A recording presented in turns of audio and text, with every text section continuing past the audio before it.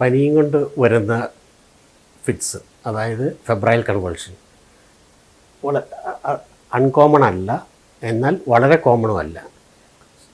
ഒരു പ്രത്യേക പ്രായപരിധിയിൽ ഒരു 5-5.5 മാസം മുതൽ ഒരു 5.5 വയസ്സ് വരെയുള്ള പ്രായത്തിലാണ് ഇത് കാണുന്നത്. ഇതിന് പ്രത്യേക കാരണങ്ങളൊന്നുമില്ല.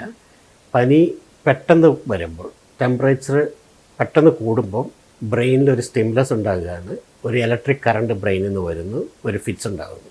ഇത് അപസ്മാരമല്ല, ഇത് അപസ്മാരം ഉണ്ടാക്കുകയില്ല. പക്ഷേ ഇതൊരു ഭയപ്പെടുത്തുന്ന സംഭവമാണ്. നമ്മുടെ കൊച്ച് പെട്ടെന്നൊരു ഫിറ്റ്സ് ഉണ്ടായി വിറയ്ക്കുകയാണെങ്കിൽ കണ്ടാൽ പേടിയാകും. ആ സമയത്ത് പാനിക്ക് ചെയ്യരുത്.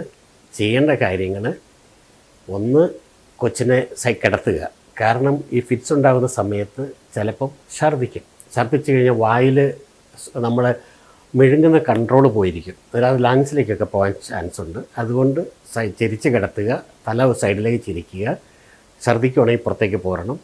ഫിറ്റ്സ് നിർത്താൻ വേണ്ടിയിട്ട് വായിൽ ചിലപ്പം പല്ല് കടിക്കും. വിരലിടരുത്, വിരൽ മുറിഞ്ഞു പോകും. ആ കൊച്ചിൻ്റെ പനി ഉണ്ടെങ്കിൽ പനിയുടെ മരുന്ന് ആ സമയത്ത് കൊടുക്കാൻ പറ്റില്ലല്ലോ.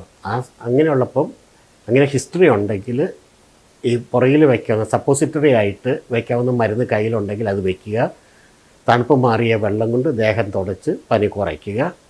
കൊച്ചിന് ഡോക്ടറെ കാണിക്കുക ആദ്യത്തെ ഫിറ്റ്സ് ആണെങ്കിൽ. കാരണം എല്ലാ പനിയും കൊണ്ടുള്ള ഫിറ്റ്സും സിമ്പിൾ ഫെബ്രൈൽ കൊണ്ടുള്ള പനി കൊണ്ടുള്ള ഫിറ്റ്സ് ആണെന്നില്ല.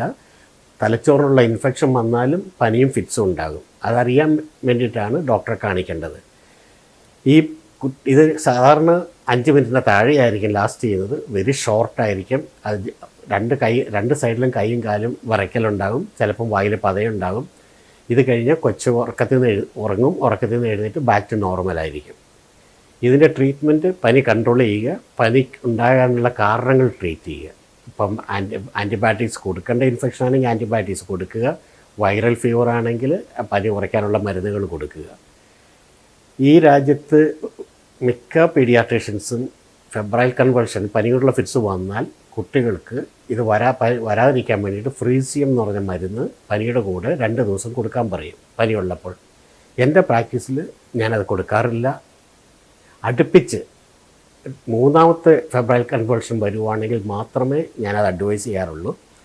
ഈ ഫെബ്രൈൽ കൺവൾഷൻ ഒരു പ്രാവശ്യം വന്നാൽ അത് വീണ്ടും വരാൻ ചാൻസ് ഉണ്ട്, ആ പ്രായം കഴിയുന്നത് വരെ.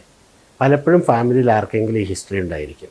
അടുപ്പിച്ച് 2-3 പ്രാവശ്യം വരുവാണെങ്കിൽ ഞാനും ഫ്രീസിങ് കഴിക്കാൻ പറയും. ഫ്രീസിങ് കഴിക്കുന്നത് വരാതിരിക്കാൻ വേണ്ടിയിട്ടാണ്. പക്ഷേ ഇതെല്ലാം വളരെ ഷോർട്ടാണ്. സാധാരണ ഡാമേജുകളൊന്നും ഉണ്ടാക്കില്ല. അനാവശ്യമായിട്ട് മരുന്ന് കൊടുക്കേണ്ട കാര്യമില്ല. പക്ഷേ പനിയുടെ മരുന്ന് ഇങ്ങനെ ഹിസ്റ്ററി ഉള്ളപ്പോൾ എപ്പോഴും കയ്യിൽ സ്റ്റോക്ക് ഉണ്ടായിരിക്കണം. അത് കൂടാതെ, മരുന്ന് കൂടാതെ 2 സപ്പോസിറ്ററി മേടിച്ച് വയ്ക്കണം, പ്രായത്തിന് പറ്റിയ സപ്പോസിറ്ററി. കാരണം ഫിറ്റ്സ് ഉള്ളപ്പം പനിയുടെ മരുന്ന് വായിക്കൂടെ കൊടുക്കാൻ പറ്റില്ല. അതുകൊണ്ടാണ് സപ്പോസിറ്ററി മേടിച്ച് വയ്ക്കാൻ പറയുന്നത്. തുടച്ച് പനി കുറയ്ക്കാനും നോക്കുക. അത് കഴിഞ്ഞ് ഡോക്ടറെ കാണിക്കുക.